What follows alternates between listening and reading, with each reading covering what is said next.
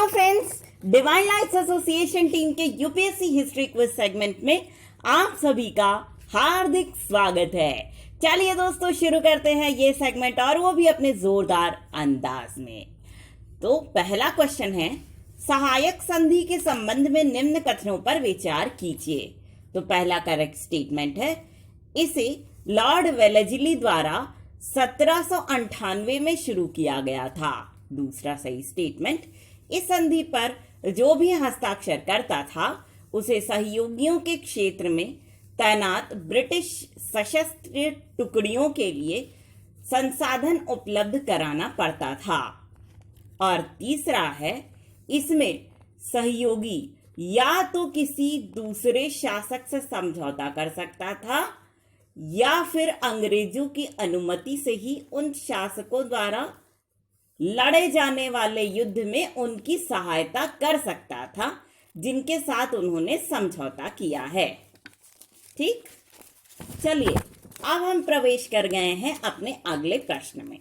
तो हमारा अगला क्वेश्चन है, मनसबदारी प्रथा के संबंध में निम्न कथनों पर विचार कीजिए। तो सबसे पहला सही स्टेटमेंट है, ये प्रशासनिक प्रथा मुगल बादशाह अकबर द्वारा 1571 में शुरू की गई थी। 1571 इन द सेंस 1571। ठीक है। नेक्स्ट, इस प्रथा के तहत आने वाले अधिकारियों को मनसब कहा जाता था। नेक्स्ट क्वेश्चन, निम्न घटनाओं को क्रमवार सजाइए। ठीक है, तो हम आपको डायरेक्टली सही आंसर बता दे रहे हैं, सन सहित। ठीक है, तो पहला है, बाबर द्वारा इब्राहिम लोदी को हराकर भारत का पहला मुगल बादशाह बनना। ये कब हुआ था? 1526 में हुआ था। ठीक है, बाबर मुगल बादशाह कब बना था? पहला 1526 में। ठीक है। और नेक्स्ट है, नादिर शाह ने भारत को लूटा और दिल्ली पर आक्रमण किया। कितने सन में? 1739 यानी 1739। ठीक है। नेक्स्ट, अहमद शाह अब्दाली ने पानीपत के तीसरे युद्ध में मराठों को हराया। इसका आंसर है 1761 में, यानी 1761 में ऐसा काम किया था।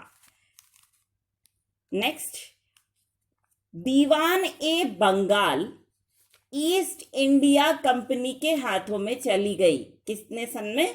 1765 में ऐसा हुआ था। 1765 यानी 1765। ठीक। नेक्स्ट क्वेश्चन,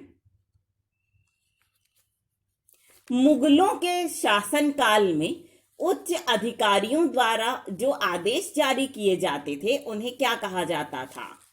इसका आंसर होगा परवाना। क्या बोलते थे? परवाना। ठीक है, आज उसको बिगाड़ के फरमान बोल दिया जाता है, फरमान। ठीक। नेक्स्ट क्वेश्चन है, किन वस्तुओं को पुर्तगालियों द्वारा भारत में लाया गया था? आंसर है तंबाकू, अनानास और काजू, यानी कि टोबैको, कैशिव नट्स और पाइनएप्पल।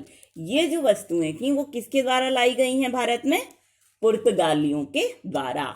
नेक्स्ट क्वेश्चन, तगाई लोन के संबंध में निम्न कथनों पर विचार कीजिए।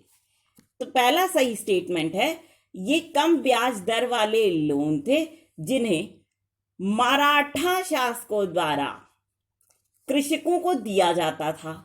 दूसरा, इस लोन का उद्देश्य कृषकों को धन उधारदाताओं से बचाना था। जो नहीं ऐसे लोग महाजनी करते हैं, उधार मतलब देंगे कम और लूटेंगे ज्यादा, है ना, वैसे लोगों से बचाना इसका उद्देश्य था। नेक्स्ट, तृतीय आंग्ल मैसूर युद्ध के संबंध में निम्न कथनों पर विचार कीजिए। तो पहला सही स्टेटमेंट है, तृतीय आंग्ल मैसूर युद्ध में टीपू सुल्तान, निजाम और मराठा ने मिलकर अंग्रेजों से युद्ध किया था। दूसरा सही स्टेटमेंट, यह युद्ध मैंगलोर की संधि के बाद समाप्त हो गया।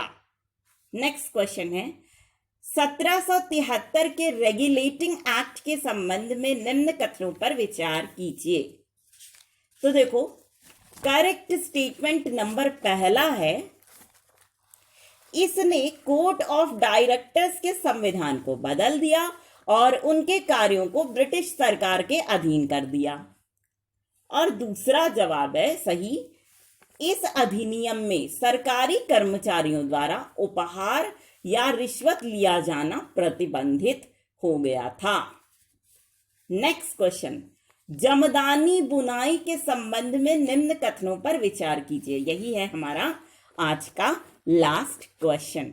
तो देखो, करेक्ट स्टेटमेंट नंबर पहला है, जमदानी एक महीन मलमल है जिसमें भूरे और सफेद रंगों से सजावटी रूपांकणों को करघे पर बुना जाता है। दूसरा स्टेटमेंट है, जामदानी बुनाई के मुख्य केंद्र लखनऊ और ढाका है। तो दोस्तों, इसी सवाल और इसी जवाब के साथ हमारा ये सेगमेंट यहीं पर होता है खत्म। लेकिन फ्रेंड्स, हम आपसे एक रिक्वेस्ट ये करेंगे कि आप सभी लोग इस सेगमेंट को दिल खोल करके एंजॉय कीजिए और साथ ही इसे उन लोगों तक जरूर से जरूर पहुंचाने की पूरी कोशिश कीजिएगा, my most dearest of the dearest friends, जो लोग इंटरनेट फैसिलिटी का लाभ नहीं उठा पा रहे हैं, है ना। तो इसी छोटे से रिक्वेस्ट के साथ हम आप सभी के ढेर सारे प्यार, जुनून, जज्बात और कड़ी मेहनत के साथ साथ आप सभी की उस कोशिश को भी दिल से सलाम करना चाहेंगे, जिसकी बदौलत ना सिर्फ आप सभी नई नई ऊंचाइयों को छू रहे हैं, बल्कि साथ ही आप सभी हर क्षेत्र में अपनी योग्यता का परचम लहरा पाने में भी भली भांति सक्षम है। तो दोस्तों, इसी बात के साथ और इसी गर्व की भावना को अपने मन में संजोए हुए एक बार फिर पूरी डिवाइन लाइट्स एसोसिएशन टीम की ओर से हम आप सभी को कहना चाहेंगे दिल से प्यार भरा नमस्कार।